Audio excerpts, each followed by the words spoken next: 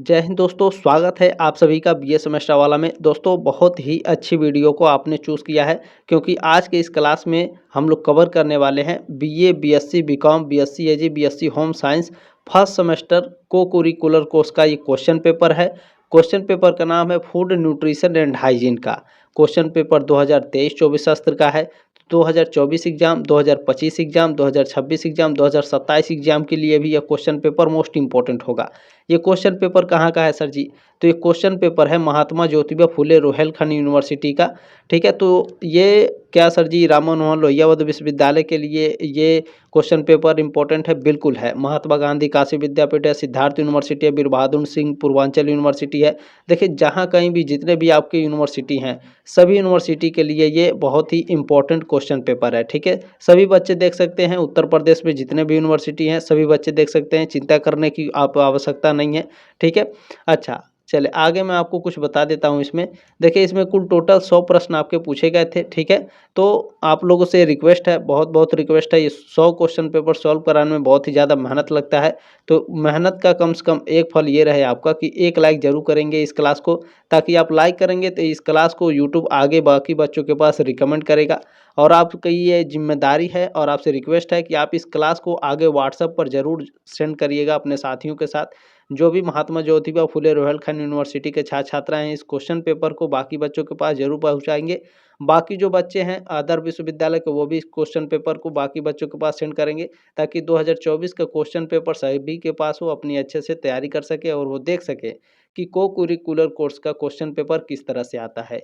मैं बता दूं साथियों, कम से कम आपको मैं 7 से 8 क्वेश्चन पेपर सॉल्व करा चुका हूं। ठीक है, फूड न्यूट्रिशन एंड हाइजीन का डिस्क्रिप्शन बॉक्स में प्लेलिस्ट का लिंक है, जा करके आप सारे क्लासेस देख लीजिएगा। मैं गारंटी लेता हूं आपको कोई फेल नहीं कर सकता है यदि आप सारे क्वेश्चन पेपर देख लेते हैं तो। ठीक है, तो ये 100 क्वेश्चन अटेंड करने के बाद बाकी सारे क्वेश्चंस भी आप लोग जितने भी क्वेश्चन पेपर मैंने सॉल्व कराए हैं सभी को अटेंड कर लीजिएगा। आपको मॉडल पेपर पढ़ने की ज़रूरत ही नहीं पड़ेगी। ठीक है, तो क्वेश्चन पेपर ही पढ़ करके आप एकदम टॉप करेंगे, ये बात ध्यान रखेंगे, क्योंकि क्वेश्चन पेपर से ही आपके सेम क्वेश्चन पेपर एग्जाम में आते हैं। ठीक है, चले स्टार्ट करते हैं साथियों आज की क्लास। इसमें पहला प्रश्न आपका पूछा गया है, निम्न में से हमारे शरीर को कौन पोषित करता है? भोजन, भूखमरी, रोग या कीटाणु? तो आप सभी लोग जानते होंगे कीटाणु, रोग और भूखमरी हमारे शरीर को पोषण नहीं कर सकते हैं, भोजन ही हमारे शरीर को पोषित करता है।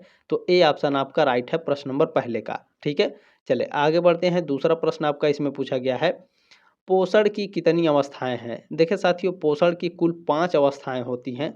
डी ऑप्शन आपका राइट है। ठीक है, ध्यान रखेंगे। आगे बढ़ते हैं, अगला प्रश्न देखते हैं आपका क्या पूछा गया है।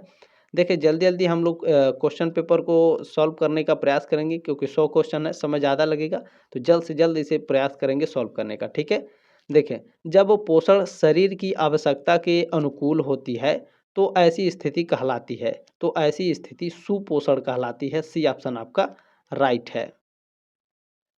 चलिए चौथा प्रश्न आपका पूछा गया है, निम्न में से पौष्टिक तत्व हैं, पौष्टिक तत्व इनमें से कौन सा है? देखिए प्रोटीन, कार्बोहाइड्रेट एवं वसा, विटामिन एवं खनिज लवण, ये सभी क्या हैं? ये सभी पौष्टिक तत्व हैं साथियों। ठीक है, डी ऑप्शन आपका राइट है प्रश्न नंबर चौथे का।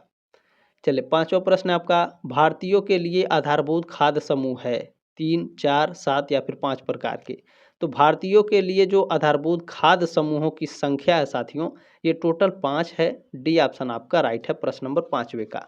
अगला प्रश्न देखते हैं क्या आपका पूछा गया है। बाकी देखें लगभग लगभग 95% बच्चे हिंदी में ही पेपर देते हैं, तो जो 5% या फिर 2-3% स्टूडेंट हैं इंग्लिश वाले, वो अपना इंग्लिश देखते चलेंगे। ठीक है, क्योंकि दोनों सॉल्व कराएंगे 2 घंटा लग जाएगा। देखिए छठा प्रश्न है, प्रोटीन की सूक्ष्मतम इकाई है। बहुत ही इंपॉर्टेंट ये क्वेश्चन है। ये क्वेश्चंस आपका कई बार एग्जाम में पूछा जा चुका है और हर साल ये पूछता है, तो ध्यान रखेंगे। प्रोटीन की जो सूक्ष्मतम इकाई है साथियों, ये एमिनो अम्ल है।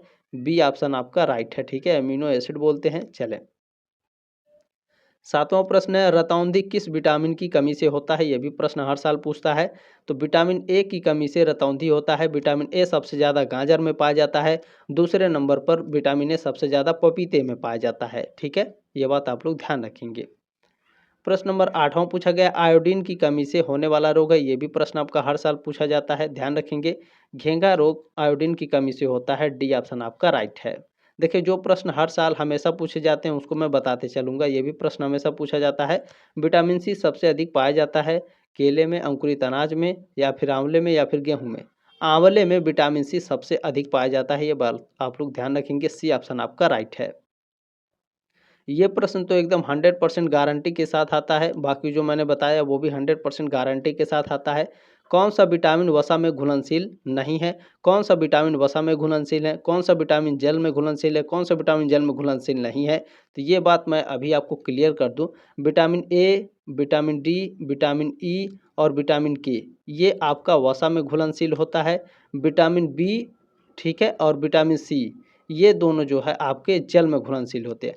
विटामिन बी में जैसे B1, B2, B3, B5, B7, B12, ये सभी जल में घुलनशील होते हैं, ये बात भी आप लोग ध्यान रखेंगे, ठीक है। चले, कौन सा विटामिन वसा में घुलनशील नहीं है? देखें, विटामिन बी और सी क्या होते हैं? जल में घुलनशील होते हैं। ए, डी, ई और के वसा में घुलनशील होते हैं, तो विटामिन बी क्या है? वसा में घुलनशील नहीं है। बी ऑप्शन आपका राइट है, ये जल में घुलनशील है। 11 नंबर प्रश्न आपका पूछा गया है, हड्डी की मजबूती किस तत्व के कारण होती है? आयरन के, कैल्शियम के, सोडियम के या पोटेशियम के? किससे भैया? बिल्कुल कैल्शियम से आपके हड्डियां जो है मजबूत होती हैं। बी ऑप्शन आपका राइट है। अगला प्रश्न देखते हैं, 12 नंबर प्रश्न है, ऊर्जा की इकाई है। ऊर्जा की इकाई क्या होती है? ऊर्जा की इकाई कैलोरी होती है। डी ऑप्शन आपका राइट है। यही फिजिक्स में आपका जूल हो जाएगा, ठीक है। ऊर्जा की इकाई क्या है? जूल हो जाएगी फिजिक्स में। और आपके फूड न्यूट्रिशन एंड हाइजीन है, इसमें आपका क्या है? ऊर्जा की इकाई क्या होगी? आपकी कैलोरी होगी, ठीक है। चले, 13वां प्रश्न है, मोटापे का मुख्य कारण है? तो अधिक प्रोटीन, अधिक कार्बोहाइड्रेट व वसा, अधिक मात्रा में सब्जियों व फलों का सेवन, बताइए। बिल्कुल सही आंसर है। देखिए, अधिक कार्बोहाइड्रेट और वसा का सेवन करेंगे तो मोटापे का ये मुख्य कारण बन जाएगा। सी ऑप्शन आपका राइट है। प्रश्न नंबर 14 साथियों, 1 ग्राम वसा में होती है? ये प्रश्न तो हर साल पूछता है, हर यूनिवर्सिटी में पूछता है। इस बार भी आपका पूछेगा, अगले बार भी पूछा जाएगा। तो 1 ग्राम वसा में साथियों 9 कैलोरी होती है। डी ऑप्शन आपका राइट है। चले, अगला प्रश्न क्या है? ये भी प्रश्न आपको देखने को मिलेगा। आरडीए का विस्तृत रूप है। आरडीए का फुल फॉर्म पूछ रहा है, तो आरडीए का फुल फॉर्म होता है, क्या होता है भैया? रिकमेंडेड डाइटरी अलाउंस, ठीक है, अनुशंसित आहारीय भत्ते। सी ऑप्शन आपका राइट है। देखिए, RDA, what is the full form of RDA? English में आप लोग ध्यान रखिए, क्योंकि क्या होता है हिंदी में कभी कभी गलत लिख देता है, तो इंग्लिश में आप लोग इसे याद रखेंगे, ठीक है। चलें, प्रश्न नंबर 16 है, कार्बोहाइड्रेट प्राप्ति के साधनों को बांटा गया है। कितने वर्गों में बांटा गया भैया? तो कार्बोहाइड्रेट प्राप्ति के जो साधन है इसको 4 वर्गों में बांटा गया है। बी ऑप्शन आपका राइट है। प्रश्न नंबर 17 आपका, दूध शर्करा है, स्टार्च है, हेक्साट्रेन है, लैक्टोज है या पैक्टिन है? बताने का प्रयास करेंगे आप सभी लोग। बिल्कुल, दूध शर्करा लैक्टोज है। सी ऑप्शन आपका राइट है। प्रश्न नंबर 18 है, कार्बोहाइड्रेट का प्रमुख कार्य है। कार्बोहाइड्रेट क्या करता है? तो शरीर को ऊर्जा प्रदान करता है। डी ऑप्शन आपका राइट है। प्रश्न नंबर 19 क्या पूछा गया है? कार्बोहाइड्रेट के शर्करा स्रोत हैं। कार्बोहाइड्रेट के शर्करा स्रोत कौन से हैं? गुड़, और ये क्या है? पाउडर शुगर, ठीक है, पाउडर शुगर यानी पाउडर शुगर आप समझ गए हो, पाउडर वाला चीनी, ठीक है, शहद, ये सभी क्या हैं? ये सभी कार्बोहाइड्रेट के शर्करा स्रोत हैं। डी ऑप्शन आपका राइट है। चलिए, प्रश्न नंबर आपका 20 पूछा गया है, कार्बोहाइड्रेट का पाचन व अवशोषण होता है, कहाँ होता है? मुख में, छोटी आंत में, बड़ी आंत में या आमाशय में? कार्बोहाइड्रेट का पाचन बताइए, कार्बोहाइड्रेट का पाचन कहाँ होता है हमारे शरीर में? छोटी आंत में, ठीक है। बी ऑप्शन आपका राइट है। प्रश्न नंबर 21 है, अतिरिक्त ग्लूकोज संचित रहता है, यानी जो ग्लूकोज है वो सबसे ज़्यादा कहाँ इकट्ठा रहता है हमारे बॉडी में? तो ये यकृत में सबसे ज़्यादा होता है, ठीक है। ये ऑप्शन आपका राइट है। प्रश्न नंबर 22 आपको पूछा गया है, बहुत ही ध्यान से देखेंगे, प्रक्रिया जिसके द्वारा ग्लूकोज ग्लाइकोजन में परिवर्तित होता है, कौन सी प्रक्रिया है जिसमें जो ग्लूकोज होता है वो ग्लाइकोजन में परिवर्तित हो जाता है? तो इस प्रक्रिया को ग्लूकोनियोजेनेसिस बोलते हैं, ठीक है। ग्लूकोनियोजेनेसिस के द्वारा जो ग्लूकोज होता है वो ग्लाइकोजन में परिवर्तित हो जाता है। बी ऑप्शन आपका राइट है प्रश्न नंबर 22 का। अगला प्रश्न है 23 नंबर, ग्लाइकोलाइसिस प्रक्रिया का वैकल्पिक पथ है, कौन सा है भैया? देखिए हेक्सोज मोनोफास्फेट शंट ये क्या है, ग्लाइकोलाइसिस प्रक्रिया का वैकल्पिक पथ है। बी ऑप्शन आपका राइट है प्रश्न नंबर 23 का। अगला प्रश्न देखेंगे 24 नंबर आपका पूछा गया है सामान्य रक्त शर्करा स्तर है। सामान्य रक्त शर्करा स्तर कौन सा है, बिल्कुल 90/110 मिलीग्राम बटे 100 मिलीलीटर, ठीक है, बी ऑप्शन आपका राइट है। प्रश्न नंबर 25 पूछा गया है कार्बोहाइड्रेट की सरलतम इकाई है सेलुलोज, पैक्टिन, ग्लूकोज या ग्लैक्टोज, बताइए। बताने का प्रयास करेंगे, बिल्कुल ग्लूकोज क्या है, कार्बोहाइड्रेट की सरलतम इकाई है। सी ऑप्शन आपका राइट है प्रश्न नंबर 25 का। प्रश्न नंबर 26 पूछा गया साथियों किसको गन्ने की शर्करा कहा जाता है, गन्ने की शर्करा सुक्रोज को कहा जाता है। बी ऑप्शन आपका राइट है। प्रश्न नंबर 27 है मोनोसैकेराइड को कहा जाता है, मोनोसैकेराइड को साथियों ट्रायोजेज बोला जाता है, ठीक है, क्या बोला जाता है मोनोसैकेराइड को, ट्रायोजेज, ठीक है, ध्यान रखेंगे, डी ऑप्शन आपका करेक्ट है। प्रश्न नंबर 28 है कार्बोहाइड्रेट है, कार्बोहाइड्रेट क्या है, तो कार्बन के हाइड्रेट है। ए ऑप्शन आपका राइट है प्रश्न नंबर 28 का। प्रश्न नंबर 29 क्या है, वह प्रक्रिया जिसके द्वारा स्टार्च कण पानी को सोख कर फूल जाते हैं, बताइए वह कौन सी प्रक्रिया है, तो इसे ग्लाइकोलाइसिस बोलते हैं, ठीक है। ग्लाइकोलाइसिस की जो प्रक्रिया होती है इसमें जो स्टार्च होते हैं, स्टार्च के कण पानी को सोख कर फूल जाते हैं, ठीक है, डी ऑप्शन आपका राइट है। देखिए अगर आप रात को चना भिगो कर रखते हैं तो सुबह वो फूल जाता है, किशमिश होता है वो भी आपका फूल जाता है, वो विपरीत परासरण के कारण फूलता है, ठीक है, ध्यान रखेंगे। तो इसमें जो स्टार्च है, स्टार्च के कण हैं वो पानी की सोख कर फूल जाते हैं, तो वो कौन सी प्रक्रिया है, ग्लाइकोलाइसिस की प्रक्रिया है यहाँ पर, ये भी आप लोग ध्यान रखेंगे, ठीक है, दोनों आप लोग ध्यान में रखेंगे अच्छे से। प्रश्न नंबर 30 है आपका सेलुलोज को जाना जाता है, सेलुलोज को रफेज के नाम से जाना जाता है। ए ऑप्शन आपका राइट है।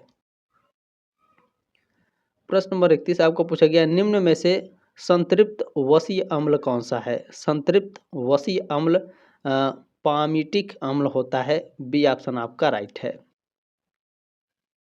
प्रश्न नंबर 32 आपका निम्न में वसा के संयोजक अवयव हैं, वसा के संयोजक अवयव कार्बन है, हाइड्रोजन है और ऑक्सीजन, ये तीनों क्या है, वसा के संयोजक अवयव है। डी ऑप्शन आपका राइट है उपरोक्त सभी। प्रश्न नंबर 33 है निम्न में से वसा में घुलनशील विटामिन नहीं है, वसा में घुलनशील विटामिन कौन सा नहीं है, अभी मैंने आपको बताया है विटामिन बी क्या है, जल में घुलनशील है, यानी यह वसा में घुलनशील नहीं है। बी ऑप्शन आपका राइट है। प्रश्न नंबर 34 आपका पूछा गया है बड़े वसा कणों का सूक्ष्म कणों में टूटना समान रूप से वितरित होने की प्रक्रिया कहलाती है, तो यह प्रक्रिया कहलाती है पायसीकरण, ठीक है, इमूल्सिफिकेशन। सी ऑप्शन आपका राइट है। प्रश्न नंबर 35 पूछा गया साथियों अधिक समय तक अधिक ताप में रखने पर वसा में स्वास्थ्य के लिए हानिकारक एक पदार्थ बनता है, कौन सा पदार्थ बनता है, तो ये एक्रेलिक बनता है। ये ऑप्शन आपका राइट है, ध्यान रखेंगे प्रश्न नंबर 35 का। प्रश्न नंबर 36 क्या है वसा के पाचन के लिए आवश्यक एंजाइम है, यानी वसा जो हमारे शरीर में होता है, फैट होता है, इसको पचाने के लिए कौन सा एंजाइम जरूरी होता है, तो इसको पचाने के लिए लाइपेज एंजाइम जरूरी होता है फैट को। डी ऑप्शन आपका राइट है। प्रश्न नंबर 37 पूछा गया साथियों सामान्य नेत्र यानी आँख की ज्योति को बनाए रखने वाला विटामिन कौन सा है, तो विटामिन ए जो है आँख की नेत्र की ज्योति बनाए रखने के लिए आवश्यक है। बी ऑप्शन आपका राइट है। प्रश्न नंबर 38 है 38 नंबर विटामिन सी की कमी से कारण होता है, यह भी प्रश्न आपका हर साल पूछा जाता है हर यूनिवर्सिटी में। देखिए विटामिन सी की कमी से स्कर्वी रोग होता है। डी ऑप्शन आपका राइट है। सर जी स्कर्वी रोग क्या होता है, तो ये आपके मुंह में जो मसूड़े होते हैं दांत के ऊपर ये फूल जाते हैं, इसमें से ब्लड आते हैं और आपका जो मुंह है इसका स्मेल बहुत ही गंदा होता है, ये बात ध्यान रखेंगे, ठीक है, ब्लड भी आता है। तो विटामिन सी में सबसे ज़्यादा आंवले में पाया जाता है, तो आंवले का सेवन करें, खट्टे फलों का सेवन करें, अमरूद हो गया, संतरा हो गया, इन सभी का सेवन समय समय पर करना चाहिए, ठीक है। चलिए विटामिन ए की प्राप्ति का प्रमुख स्रोत है, आप डॉक्टर के पास जाएंगे तो वो भी आपको विटामिन सी का इंजेक्शन लगाता है, ये भी आप लोग ध्यान रखेंगे, ठीक है। विटामिन ए की प्राप्ति का मुख्य स्रोत है कौन सा भैया बताइए, देखें गाजर क्या है, विटामिन ए की प्राप्ति का मुख्य स्रोत है, मैंने शुरू में आपको बताया था, ठीक है। क्योंकि मेरे भी आँख जब खराब हुई थी तो डॉक्टर विटामिन, ठीक है, क्या कर रहा था, विटामिन ए का इंजेक्शन दे रहा था, ठीक है। देखिए विटामिन बी2 का रासायनिक नाम है, विटामिन बी2 का रासायनिक नाम क्या है बताने का प्रयास करेंगे। बिल्कुल, राइबोफ्लेविन विटामिन बी2 का रासायनिक नाम है, बी ऑप्शन आपका राइट है। देखिए ये भी 100% गारंटी के साथ ये प्रश्न पूछे जाते हैं, vitamin A, vitamin B, vitamin C, vitamin D, vitamin B one के जितने भी सिम्टम्स हैं उनके रासायनिक नाम आपके पूछे जाते हैं, ये बात आप लोग ध्यान रखेंगे, ठीक है। विटामिन बी6 का रासायनिक नाम क्या है बताने का प्रयास करेंगे आप सभी लोग। विटामिन बी6, बिल्कुल पायरिडॉक्सिन जो है विटामिन बी6 का रासायनिक नाम है, सी ऑप्शन आपका राइट है। प्रश्न नंबर 42 है, रेटिनॉल रासायनिक नाम है, रेटिनॉल किसका रासायनिक नाम है, तो विटामिन ए का रासायनिक नाम क्या है, रेटिनॉल, सी ऑप्शन आपका राइट है। प्रश्न नंबर 43 है, 43 नंबर, रक्तस्राव रोकथाम विटामिन कौन सा है, यानी जब आपको चोट लग जाता है तो चोट लगने के बाद जब ब्लड निकलता है तो उस ब्लड को जमने में सहायता कौन करता है, विटामिन के, डी ऑप्शन आपका राइट है। चलें, प्रश्न नंबर 44 आपका 44 नंबर, आयोडीन की कमी से कौन सा रोग होता है, तो मैंने आपको शुरू में क्या बताया है, ये प्रश्न आपका 100% पूछा जाता है हर साल, घेका रोग होता है, बी ऑप्शन आपका राइट है। अगला प्रश्न देखेंगे 45 नंबर, क्या पूछा गया है, अंकुरित अनाज में कौन सा तत्व प्रचुर मात्रा में पाया जाता है, अंकुरित अनाज में क्या पाया जाता है प्रचुर मात्रा में बताने का प्रयास करेंगे सभी लोग। विटामिन बी पाया जाता है, बी ऑप्शन आपका राइट है। चलें, प्रश्न नंबर आपका 46 है, फल व सब्जियां हैं, फल और सब्जियां ऊर्जा प्रदान करने वाले भोज्य पदार्थ हैं, शरीर की रक्षा करने वाले पदार्थ हैं और शरीर का निर्माण करने वाले भी पदार्थ हैं, डी ऑप्शन आपका राइट है प्रश्न नंबर 46 का। प्रश्न नंबर 47 क्या है आपका, सूखे मेवे व तिलहन हमें प्रदान करते हैं, सूखे मेवे व तिलहन हमें ऊर्जा व प्रोटीन प्रदान करते हैं, ए ऑप्शन आपका राइट है। प्रश्न नंबर 48 है हमारा, निम्न में से कौन सा ऊर्जा प्रदान करने वाला पदार्थ है, ऊर्जा प्रदान करने वाला पदार्थ अनाज है, दालें हैं और घी भी हैं, क्योंकि देखिए ऊर्जा जो है थोड़ी मात्रा दाल यानी प्रोटीन में भी थोड़ी मात्रा ऊर्जा होती है, घी में भी और अनाजों में तो होता ही है, डी ऑप्शन आपका राइट होगा उपरोक्त सभी, ठीक है। लेकिन ध्यान रखेंगे अगर ऊर्जा प्रदान करने वाला पदार्थ पूछेगा, अगर कार्बोहाइड्रेट दिया रहेगा तो कार्बोहाइड्रेट हमारा आंसर राइट होगा, ठीक है। स्थूल पोषक तत्व हैं, स्थूल पोषक तत्व कौन से हैं भैया बताने का प्रयास करेंगे। कार्बोहाइड्रेट, प्रोटीन और वसा, ये सभी स्थूल पोषक तत्व हैं, डी ऑप्शन आपका राइट है। प्रश्न नंबर 50 है आपका, वसा का निर्माण किस इकाई से होता है, वसा का निर्माण वसीय अम्ल से होता है, बी ऑप्शन आपका राइट है। प्रश्न नंबर 51 है, प्रोटीन शब्द किसने दिया, बताइए प्रोटीन शब्द किसने दिया था, मुल्डर ने दिया था, बिल्कुल बी ऑप्शन आपका राइट है। प्रश्न नंबर 52 है, 52 नंबर, विटामिन के का कार्य है, विटामिन के का कार्य क्या है, ठीक है, विटामिन के का कार्य क्या है, ये हमारे शरीर में कौन सा कार्य करता है, तो रक्त का थक्का जमाना, जब आपको चोट लगेगा तो यही काम आएगा, सी ऑप्शन आपका राइट है। चलिए अगला प्रश्न क्या है आपका, प्रश्न नंबर 53 है, निम्न में कौन वसा के संवहन में भूमिका अदा करता है, वसा के संवहन में फास्फोरस, ये आपका, ठीक है, देखिए फास्फोरस है और आपका इसमें क्या है, कैल्शियम, मैग्नीशियम और पोटेशियम, वसा के संवहन में देखिए कैल्शियम और फास्फोरस दोनों होते हैं, लेकिन फास्फोरस सबसे ज़्यादा मात्रा में होता है वसा के संवहन में, तो बी ऑप्शन आपका राइट है प्रश्न नंबर 53 का, यानी 53 नंबर प्रश्न का। प्रश्न नंबर 54 है, ऊर्जा की इकाई है, तो ये जूल तो है नहीं, ठीक है, क्योंकि ये आपका फिजिक्स तो है नहीं, ठीक है, ये कैलोरी है, ये ऑप्शन आपका राइट है। प्रश्न नंबर 55 क्या है आपका, प्रोटीन ऊर्जा कुपोषण के विभिन्न प्रकार हैं, प्रोटीन ऊर्जा कुपोषण के विभिन्न प्रकार कौन से हैं, तो क्वासियोरकर, मरासमस और मरासमस क्वासियोरकर, ये सभी क्या हैं, ये सभी प्रोटीन ऊर्जा कुपोषण के विभिन्न प्रकार हैं, डी ऑप्शन आपका राइट है। प्रश्न नंबर 56 है साथियों, कैल्शियम की कमी प्रभावित करती है, किसको प्रभावित करती है कैल्शियम की कमी, अस्थि तंत्र यानी हड्डियों को, रक्त परिसंचरण तंत्र और तंत्रिका तंत्र को भी। डी ऑप्शन आपका राइट है। प्रश्न नंबर 57 है, अनाज कौन सा पोषक तत्व प्रदान करता है? तो जो अनाज होता है साथियों, ये ऊर्जा प्रदान करता है और क्या प्रदान करता है? ऊर्जा और प्रोटीन प्रदान करता है। ठीक है, ध्यान रखेंगे क्योंकि आयोडीन क्या है और विटामिन ए गाजर में होता है। ठीक है, चलिए ध्यान रखेंगे ऊर्जा और प्रोटीन क्या है, ये अनाज हमें पोषण करता है, ऊर्जा और प्रोटीन। ध्यान रखेंगे पहला और चौथा आंसर हमारा राइट है, सी में दिया हुआ है। देखिए पहला और चौथा हमारा क्या है, राइट है, सी ऑप्शन आपका करेक्ट है। चलिए प्रश्न नंबर आपका 58 है, 58 नंबर, निम्न में से कौन सा पोषक तत्व सक्षम प्रतिरक्षा तंत्र प्रतिक्रिया के लिए आवश्यक है? कौन आवश्यक है? देखिए विटामिन ए हो गया, जिंक हो गया और आपका प्रोटीन, ये क्या है, ये सभी पोषक तत्व सक्षम प्रतिरक्षा तंत्र प्रतिक्रिया के लिए आवश्यक है। पहला दूसरा और चौथा देखेंगे हमारा किसमें है, पहला दूसरा और चौथा सी ऑप्शन में दिया है, सी ऑप्शन हमारा राइट है।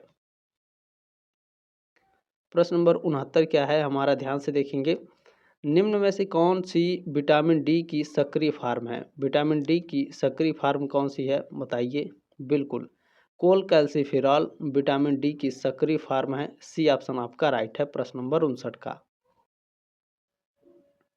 प्रश्न नंबर 60 आपका क्या पूछा गया है, मानव शरीर में जिंक के मुख्य कार्य हैं, यानी मानव शरीर यानी हम लोगों का जो शरीर है इसमें जो जिंक होता है वो कौन सा काम करता है?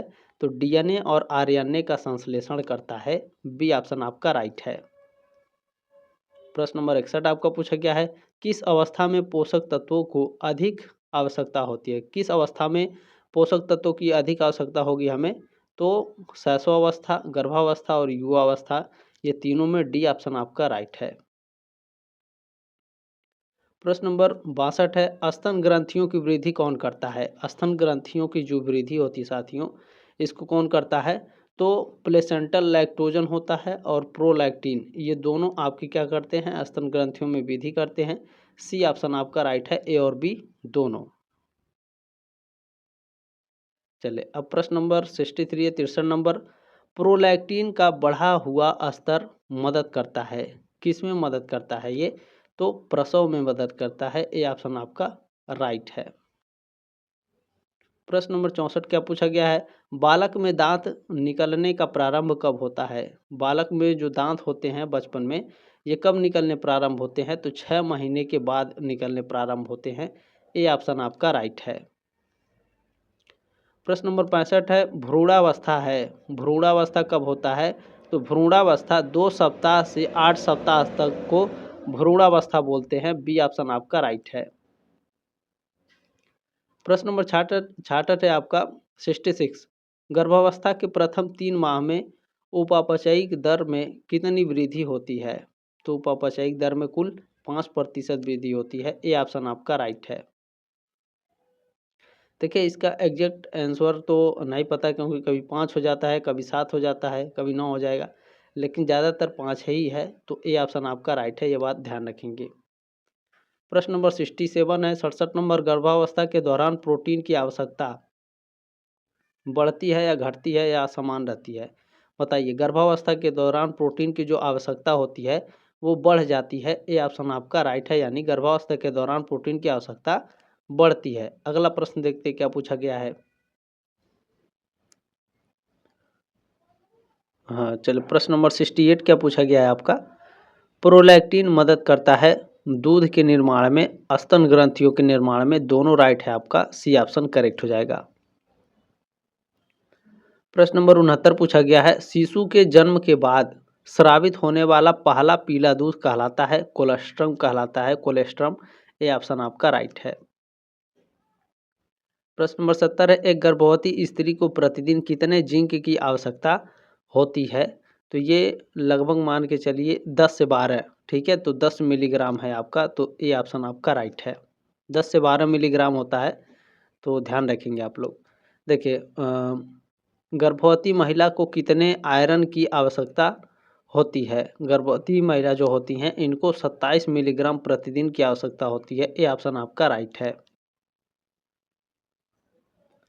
प्रश्न नंबर 72 है, 72 नंबर, कौन से कारक स्तनपान को प्रभावित करते हैं।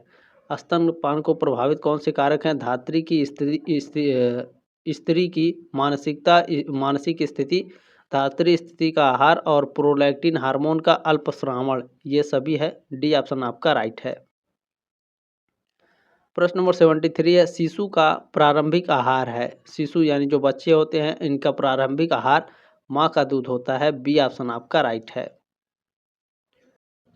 प्रश्न नंबर 74 आपका 74 नंबर, शिशु को पूरक आहार किस आयु में प्रारंभ करना चाहिए? जो बच्चे होते हैं इनको पूरक आहार कब से दिया जाना चाहिए? तो 6 महीने पर, यानी 6 महीने के बाद से। ठीक है, बी ऑप्शन आपका राइट है प्रश्न नंबर 74 का। प्रश्न नंबर 75 आपका क्या पूछा गया है? सही विकल्प का चयन करें। सही विकल्प का चयन हम कैसे करेंगे? तो पढ़ना पड़ेगा। 6 से 8 महीने के शिशु को तरल पूरक आहार जैसे फलों का रस, सूप आदि देना चाहिए। ये भी आपका राइट है। बाकी आगे देखते हैं क्या है। धीरे धीरे अच्छे से मसले व कटे हुए अर्ध ठोस व ठोस पदार्थ बच्चों को देना चाहिए। गलत है। 9 से 11 माह पर अच्छे से कटे व ठोस पूरक आहार जैसे गाजर, खीरा, सेब, केला आदि बच्चों को देना चाहिए 9 से 11 महीने पर। यह भी आपका बिल्कुल राइट है, यानी पहले से सी ऑप्शन आपका ज़्यादा बेटर है। अगला है, 1 वर्ष के बच्चे को परिवार के लिए बनाने वाला भोजन देना चाहिए। इनकरेक्ट है आपका, यानी सी ऑप्शन आपका सबसे ज़्यादा बेटर है। सी ऑप्शन आपका राइट है।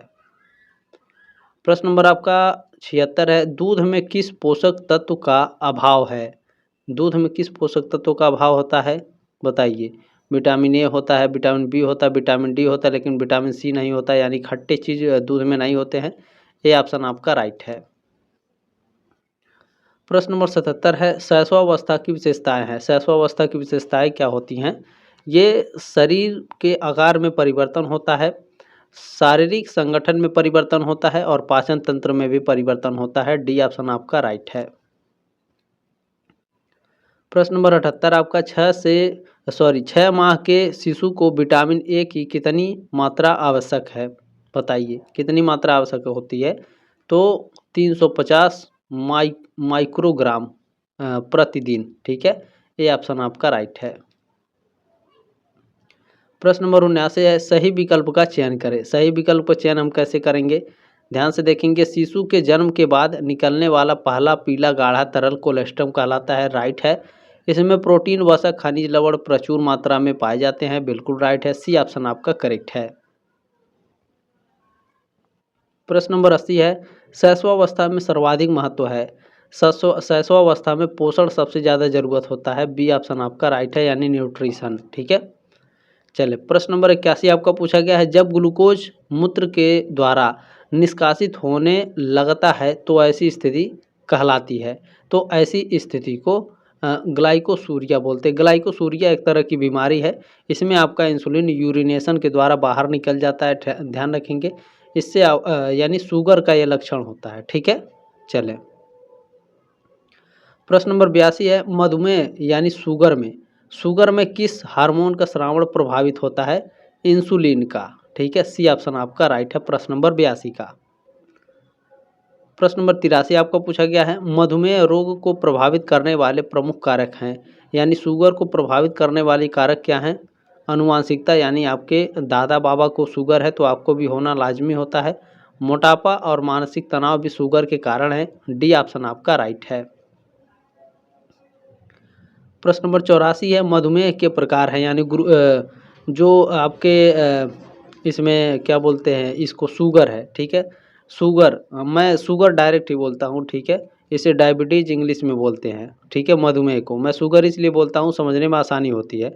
शुगर के प्रकार होते हैं, जो लोगों को शुगर हो जाते हैं, ये आपके टाइप 1 मधुमेह और टाइप 2 मधुमेह, 2 प्रकार के शुगर आपके होते हैं। ठीक है, तो लेकिन इसमें देखिए आपको कुपोषण जनित मधुमेह दिया है और उपयुक्त सभी दिया है।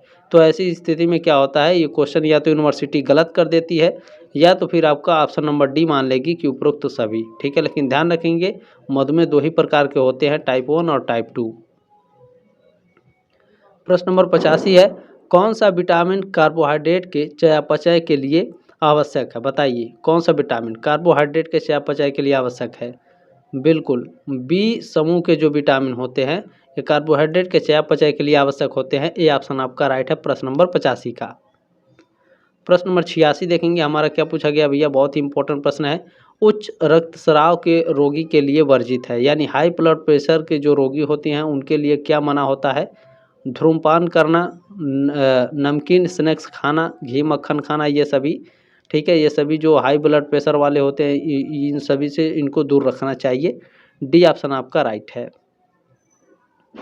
प्रश्न नंबर 87 आपका पूछा गया है उच्च रक्तस्राव के कारण है, हाई ब्लड प्रेशर के कारण क्या होते हैं? देखिए वंशानुक्रम है, आपका अय्या बाबा का है, आपको दादा का है, तो हाई ब्लड प्रेशर यानी ब्लड प्रेशर आप समझ रहे हैं ना, तो ब्लड प्रेशर आपको भी होगा। मोटापा के कारण भी होता है, धूम्रपान और मदिरा पान के कारण भी होता है। डी ऑप्शन आपको राइट है। प्रश्न नंबर 88 आपका आहार संदर्भ, इसे थोड़ा ध्यान से देखना पड़ेगा, बहुत ही इंपॉर्टेंट प्रश्न है ये। थोड़ा सा दिखाई नहीं दे रहा लेकिन देखने का प्रयास करेंगे। आहार संदर्भ सेवन के अनुसार, ठीक है, आहार संदर्भ सेवन के अनुसार एक मधुमेह के रोगी को कुल कितने प्रतिशत कार्बोहाइड्रेट कितने कार्बोहाइड्रेट लेना चाहिए, कितने प्रतिशत कार्बोहाइड्रेट लेना चाहिए? तो 45 से 65 ग्राम होता है, तो 65 ग्राम, ठीक है, 65% लेना चाहिए। बी ऑप्शन आपका राइट है। ध्यान रखेंगे ये 45 से 65% होता है, ये बात आप लोग ध्यान रखेंगे। या तो 45 आपके ऑप्शन में देगा या तो फिर 65%, ठीक है। चलें, प्रश्न नंबर 89 है उच्च रक्तचाप यानी हाई ब्लड प्रेशर का प्रबंध किया जा सकता है, कैसे किया जा सकता है? तो आहार प्रतिबंधन द्वारा, वजन नियंत्रित करके यानी वजन कम करके, धूम्रपान बंद करके, ठीक है। डी ऑप्शन आपका राइट है उपरोक्त सभी। प्रश्न नंबर 90 है आपका मोटापे के कारण है भोजन संबंधी आदतें, वंशानुक्रम और कम शारीरिक परिश्रम, ये सभी है। डी ऑप्शन आपका करेक्ट है। प्रश्न नंबर 91 क्या है, शरीर की किस स्थिति में शरीर का भार सामान्य से 10 ग्राम बढ़ जाता है? तो मोटापे में यानी ओबेसिटी में। ए ऑप्शन आपका राइट है। प्रश्न नंबर आपका 92 92 नंबर, मोटे व्यक्ति के आहार में निम्न में से होना चाहिए। मोटे व्यक्ति के आहार में फल सब्जियां और सलाद तरल पदार्थ होना चाहिए। ए ऑप्शन आपका राइट है। प्रश्न नंबर 93 आप लोगों को पूछा गया निम्न में से कब्ज का प्रकार नहीं है। देखिए कब्ज का प्रकार कौन सा नहीं है, ये भी हर साल आपका प्रश्न पूछा जाता है। देखिए एटानिक कब्ज होता है, स्पास्टिक कब्ज होता है और अवरोधक कब्ज होता है, पोषण कब्ज नहीं होता है। सी ऑप्शन आपका राइट है।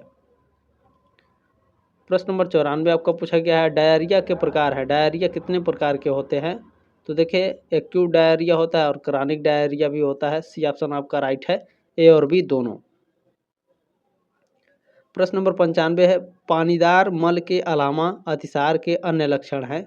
तो अतिसार के अन्य लक्षण क्या है? तो पेट में दर्द होगा, पेट फूल जाएगा और जी मिचलाएगा, ठीक है। डी ऑप्शन आपका राइट है। प्रश्न नंबर 96 आपका ORS का फुल फॉर्म है, इसको भी आप लोग ठीक है इंग्लिश में ध्यान रखेंगे, इंग्लिश में याद कर लेंगे इसको। ओरल रिहाइड्रेशन सॉल्यूशन होता है, यानी ओरल रिहाइड्रेशन सॉल्यूशन लिखा हुआ है। ये ऑप्शन आपका राइट है। प्रश्न नंबर 97 है टाइफाइड के लक्षण हैं। जब आपको टाइफाइड हो जाएगा तो क्या हो जाता है?